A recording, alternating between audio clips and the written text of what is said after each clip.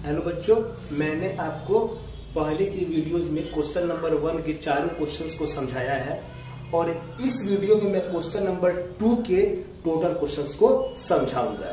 Question number ये first है, कह कि यदि हम अंश में जब भी अंश और हर वाला क्वेश्चन रहता है तो उसको सॉल्व करने के लिए हम मानते हैं, सबसे पहले लिखेंगे यहाँ पर कि माना अंश बराबर मान लेते हैं x, हर बराबर मान लेंगे y और जो भिन्न होता है उसको मान लेते हैं x बटा y। जो अंश होता है वह ऊपर रहेगा, हर जो रहता है कि वह नीचे रहता है। ये तीन टर्म आपको हर क्वेश्चन में मानना होगा जितने क्वेश्चंस अंश या हर वाले बोलेंगे। अब उसकी बात क्या करते हैं कि जैसे जैसे क्वेश्चन बोल रहा है वैसे वैसे इक्वेशन को हम सेट करेंगे। सबसे पहले बोल रहा है कि यदि हम अंश में जो अंश है x उसमें एक जोड़ दे +1 और हर में एक घटा दे, जो हर है उसमें से एक घटा देते हैं तो भिन्न कितना हो जाता है, भिन्न जो है कि वह 1 हो जाता है। तो भिन्न को लिख दिया हम यहाँ पर 1। अब क्या करेंगे कि ये क्रॉस मल्टीपल करेंगे तो x + 1 तो वैसे ही रह जाएगा और y - 1 को जब हम 1 से मल्टीप्लाई करेंगे तो y - 1। अब x और y को हम लेते हैं तो -y -1 और ये +1 जो है कि वो चला गया तो -1 हो गया, तो x - y = -2। इसको मान लिया इक्वेशन फर्स्ट। अब क्या करते हैं कि इक्वेशन 2 सेट करने के लिए कह रहे हैं कि यदि हर में लिख देंगे यहाँ पे कि और हर में सिर्फ करा है, अंश का कहीं जिक्र नहीं है जी। इक्वेशन 2 में सिर्फ कह रहा है कि हर में एक जोड़ दे, अंश को वैसे ही रख देंगे और हर में एक जोड़ दे तो भिन्न कितना हो जा रहा है 1/2। अंश के बारे में कहीं यहाँ पे बोला नहीं गया है तो अंश को वैसे ही छोड़ देंगे। अब इसको क्रॉस मल्टीपल करेंगे तो 2x हो जाएगा और ये y + 1 में जब मल्टीप्लाई करेगा तो y + 1 हो गया और 2x की तरफ y को लेते हैं तो प्लस में है तो आगे तो -y और 1 को वैसे ही रख देंगे, समीकरण 2 मान लेंगे। अब चूंकि हमको इसको विलोपन विधि से सिद्ध करना है इसलिए समीकरण 1 और 2 से और विलोपन विधि से ही सिद्ध करेंगे क्योंकि कंडीशन लगा दिया है कि इसको विलोपन विधि से सॉल्व करना है। x - y = -2 और 2x - y = 1। इसको मान लिया समीकरण 1, इसको मान लिया समीकरण 2। अब चूंकि ध्यान देते हैं कि यहाँ पर विलोपन विधि में देखते हैं कि सेम रहना चाहिए x का टर्म या फिर y का टर्म, तो y का टर्म तो सेम है लेकिन जो सिंबल है वो भी सेम है, जबकि सिंबल जो है कि वह अलग होना चाहिए। तो यहाँ प्लस है तो माइनस, ये माइनस है तो प्लस और ये प्लस है तो माइनस। अब ये -y या +y कट गया है और 2x में से x घटा दिया तो -x हो गया है और -2 और -1 -3, माइनस से माइनस कट गया तो x का वैल्यू आ गया कितना 3। अब इसी x की वैल्यू को समीकरण 1 में या फिर समीकरण 2 में पुट करके हम y का वैल्यू निकाल लेंगे। तो यहाँ क्या करते हैं कि समीकरण 1 से समीकरण 1 में x का मान रखने पर अब ये जो x - y = -2 था तो x के जगह हम रख देंगे 3 और ध्यान दीजिएगा माइनस में y है तो इसको हम भेज देते हैं प्लस के लिए दूसरी तरफ। अब -2 को लेते आ गए तो +2 और ये हो गया y, तो y = हो गया 3 और 2 5। अब हमको भिन्न निकालना है तो इसलिए भिन्न = x बटा y यानी कि 3/5 और यही हमारा रिक्वायर्ड आंसर हो गया। तो आई होप आपको ये जरूर क्वेश्चन समझ में आया होगा। अब देखते हैं क्वेश्चन नंबर 2। तो कह रहा है कि 5 वर्ष पूर्व नूरी की आयु सोनू की आयु की 3 गुनी थी। इस टाइप के क्वेश्चन में हम देखते हैं कि सबसे पहले 2 नाम का जिक्र है, एक नूरी का और एक सोनू का। तो लिख देंगे कि माना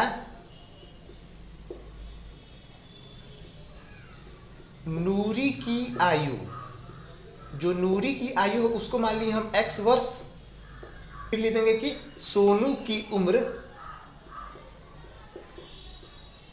या फिर आयु लिख देंगे, सोनू की आयु बराबर y वर्ष। अब ध्यान दीजिए कि जो 2 नाम है उसके हिसाब से अकॉर्डिंग टू क्वेश्चन लिखते हुए एक एक स्टेप आप ध्यान से समझिएगा कि आपको दोबारा इसको समझने की कोई जरूरत नहीं पड़ेगा। सिर्फ ध्यान दीजिएगा कि कह रहा है कि 5 वर्ष पूर्व कह रहा है, तो जहां पूर्व का बात आता है वहां माइनस करते हैं। 2 उम्र है, एक नूरी का है x और एक सोनू का है y। 5 वर्ष पूर्व का बात कर रहा है तो -5 इधर भी कर दिए और -5 y में भी कर दिए। फिर क्या हो जाता है 5 वर्ष के पहले 3 गुनी आयु का हो जाता है। कौन? नूरी की आयु सोनू की आयु की 3 गुनी। नूरी की आयु सोनू के आयु की, सोनू जो है y वाला, उसके आयु के 3 गुनी। अब इसी से इक्वेशन हम एक निकाल लेंगे। पहले लिख देंगे x - 5 = 3y - 3 × 5 = 15 और y वाला को हम एक तरफ लेते आएंगे तो -3y - 15 और ये माइनस में जो 5 था तो वो हो गया प्लस में 5। तो x - 3y = 15 में से 5 गया तो -10 हो गई। ये मान ली समीकरण 1। अब एक और इक्वेशन सेट करेंगे 2 नंबर। कह रहा है कि 10 वर्ष पश्चात, पश्चात का मतलब होगा बाद में, 10 वर्ष की बात कर रहा है तो लिख देंगे और x तो इधर है ही और इधर y है। चूंकि कह रहा है कि 10 साल के बाद तो इधर +10 और इधर भी +10। और क्या होता है तो नूरी की आयु सोनू के आयु की 2 गुनी हो जाती है। सोनू के आयु की 2 गुनी हो जाती है।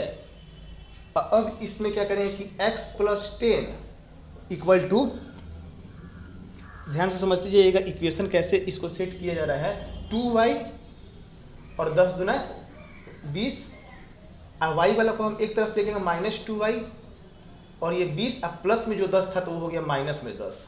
तो x - 2y = हो गया 10। इसको हम मान लिए 2। अब इसी 2 इक्वेशन को सॉल्व करके हम x का और y का वैल्यू निकालेंगे। लिख देंगे इसलिए यहाँ पर सब इम्प्लाइज दैट, इसलिए समीकरण 1 और 2 से जो समीकरण 1 है x - 3y = -10 और एक है x - 2y = 10। ध्यान दीजिएगा ये समीकरण 1 है और ये समीकरण 2 है। अब इसी दोनों इक्वेशन को सॉल्व करके हम x y का वैल्यू निकालेंगे।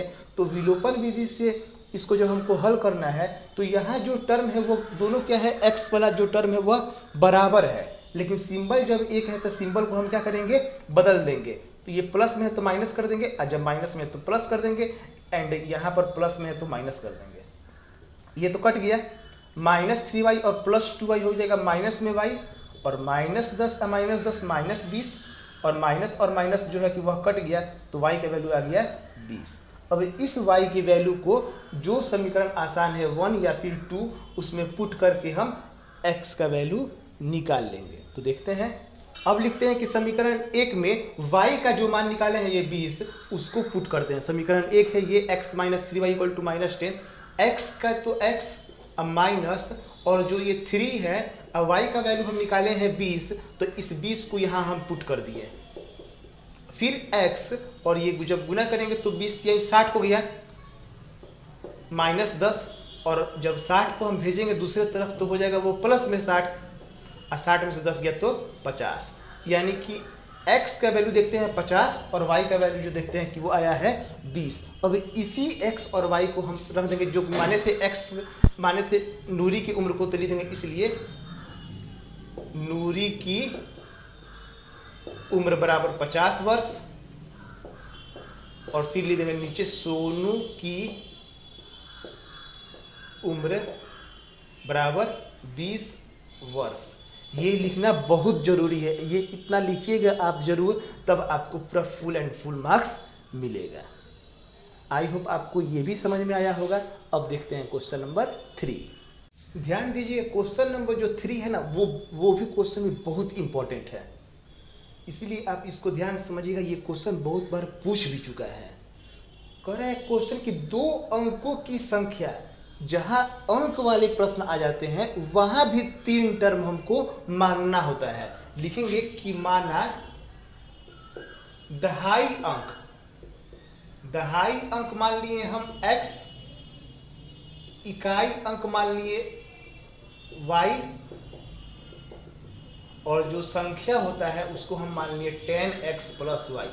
जो दहाई होता है उसमें 10 से गुना करते हैं और इकाई के अंक को ऐड कर देते हैं, तब हमको वो संख्या मिलता है। ये 3 टर्म ना, ये जो 3 हम लाइन लिखे हैं वो हर एक क्वेश्चन में रहेगा जहां संख्या का बात होगा। अब जो क्वेश्चन कहता है, अब उसको ध्यान से समझिए कि कैसे इक्वेशन सेट करेंगे। 2 अंकों की संख्या के अंकों का योग कितना है? 9 है, यानी कि x + y = 9। देखिए कितना आसान है, एक बस ये इक्वेशन निकल गई यहीं पे। इस संख्या का 9 गुना संख्या के अंकों को पलटने से बनी संख्या को 2 गुना है। इस संख्या का 9 गुना जो संख्या है उसका 9 गुना, फिर लिख देंगे और जो संख्या है 10x + y उसका 9 गुना।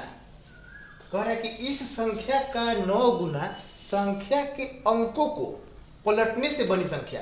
अगर संख्या के अंक को पलट देते हैं, अब देखिए ध्यान दीजिए, किसी को पलटने का मतलब समझ में आता है कि y + 10x कर दिया, ऐसा नहीं होता है। संख्या के अंक को पलटने का मतलब होता है कि x की जगह पर y और y की जगह पर x, 10 वही का वही रहेगा।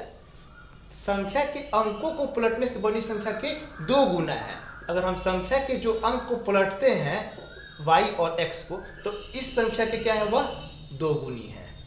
अब क्या करेंगे कि इसको मल्टीप्लाई करके हम एक इक्वेशन के फॉर्म में लेके आएंगे। ये हो गया 90x और ये हो गया 9y, और फिर इसको जब हम मल्टीप्लाई करेंगे तो ये हो जाएगा 20y और फिर ये हो गया 2x।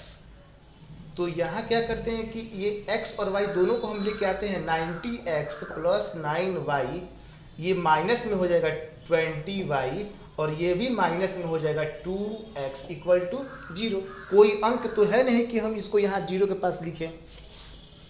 अब ये 90x है और 2x घट गया तो 88x, और ये जब 20 में से 18 घटाएंगे तो हो जाएगा, 20 में से 9 घटाएंगे तो हो जाएगा वैल्यू 11, माइनस में हो जाएगा 11y, माइनस वाला सिंबल बड़ा है। अब इसमें क्या करते हैं कि 11 जो है कि वह दोनों में से कॉमन निकाल लेते हैं ताकि इक्वेशन और आसान हो जाए।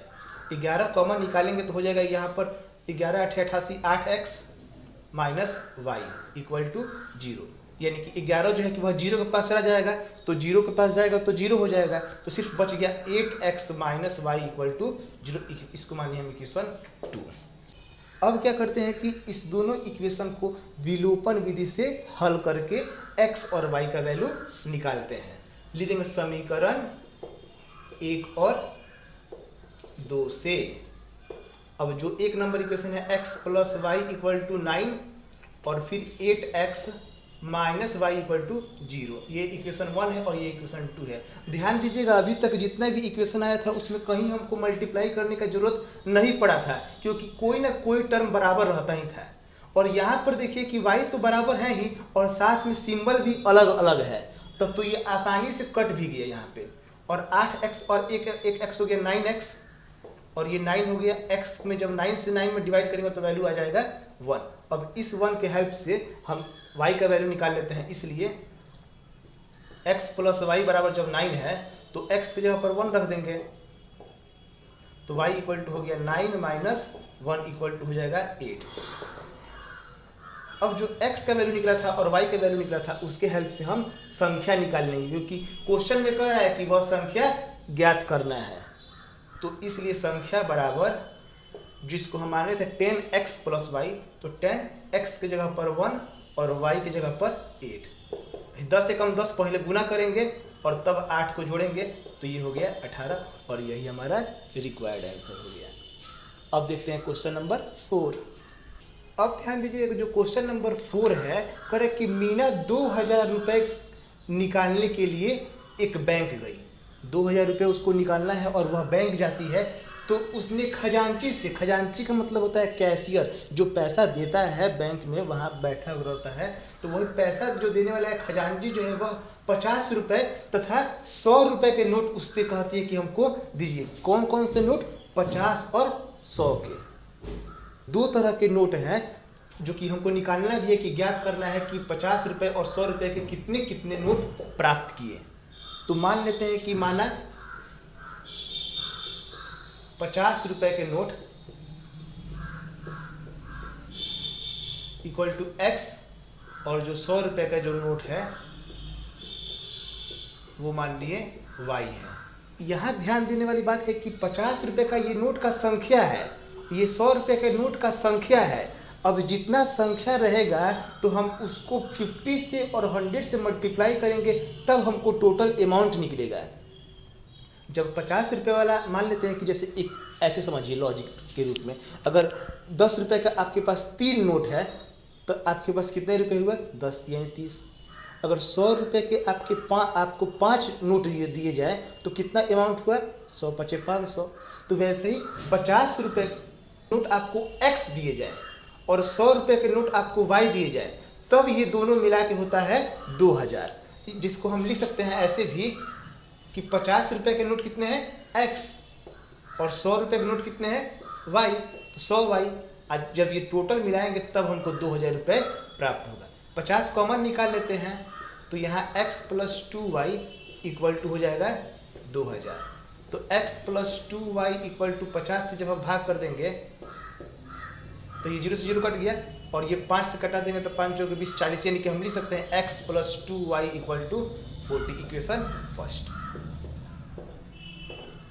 अब क्या करते हैं कि फिर ध्यान दीजिएगा कि दूसरा नंबर जो क्वेश्चन है कि टोटल कितना नोट देता है जी? वह मीना ने कुल 25 नोट प्राप्त किए इस, और फिर जो दोनों मिला के टोटल वो 25 नोट जो प्राप्त करते हैं तो लिख देंगे कि यहाँ पे कि और x + y इक्वल टू 25, क्योंकि x और y ये जो नोट का संख्या है दोनों मिला कितना है? 25। इसको मान लेते हैं समीकरण 2। अब इसी 1 और 2 को हम सॉल्व करके x और y का वैल्यू निकाल लेंगे। लिख देंगे समीकरण 1 और 2 से, जो 1 नंबर समीकरण है x + 2y इक्वल टू 40 और एक x + y इक्वल टू 25। फिर यहाँ पे देखते हैं कि x वाला जो टर्म है वो बराबर है, लेकिन सिंबल भी क्या है इसका? सेम है। तो इस प्लस को कर दे रहे हैं माइनस, प्लस को कर दिए माइनस और ये प्लस को कर दिए माइनस, ये तो कट गया। 2y में से y घट गया क्योंकि प्लस और माइनस माइनस होता है, तो y क्योंकि प्लस का सिंबल बड़ा है, और 40 में से 25 गया तो 15। इसलिए अब यहाँ मान लेते हैं कि लिख देंगे समीकरण 2 में y का मान रखने पर 2 में रख देते हैं यहाँ पे वैल्यू, तो x अब y की जगह पर कितना रख देंगे? 15 बराबर 25। तो x बराबर 25 माइनस 15 और 25 में से 15 गया तो हो गया 10। अब जिसको हम x माने थे 50 रुपए वाले नोट को, इसलिए 50 रुपए के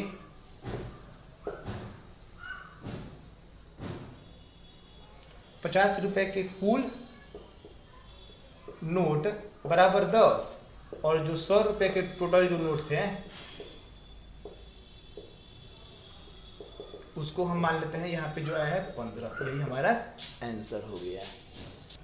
अब ये जो लास्ट क्वेश्चन है, अब इस लास्ट क्वेश्चन में ध्यान दीजिएगा कि यहाँ कर है कि किराए पर पुस्तकें देने वाले किसी पुस्तकालय, जो एक पुस्तकालय है और वो कुछ किराए पर पुस्तकों को देता है। और ये भी ध्यान दीजिए कि यहाँ जो हमको क्वेश्चन में फाइंड करना है कि नियत किराया और प्रत्येक अतिरिक्त दिन का किराया ज्ञात करना है। सबसे तो पहले हम क्वेश्चन में ये देख लेते हैं कि हमको कौन कौन सा ऐसा 2 टर्म है जिसको हमको निकालना है, और उस टर्म को हम x और y मान लेते हैं। तो यहाँ हमको निकालना है नियत किराया, तो लिख देते हैं माना नियत किराया x मान लिए, और फिर उसके बाद जो प्रत्येक अतिरिक्त दिन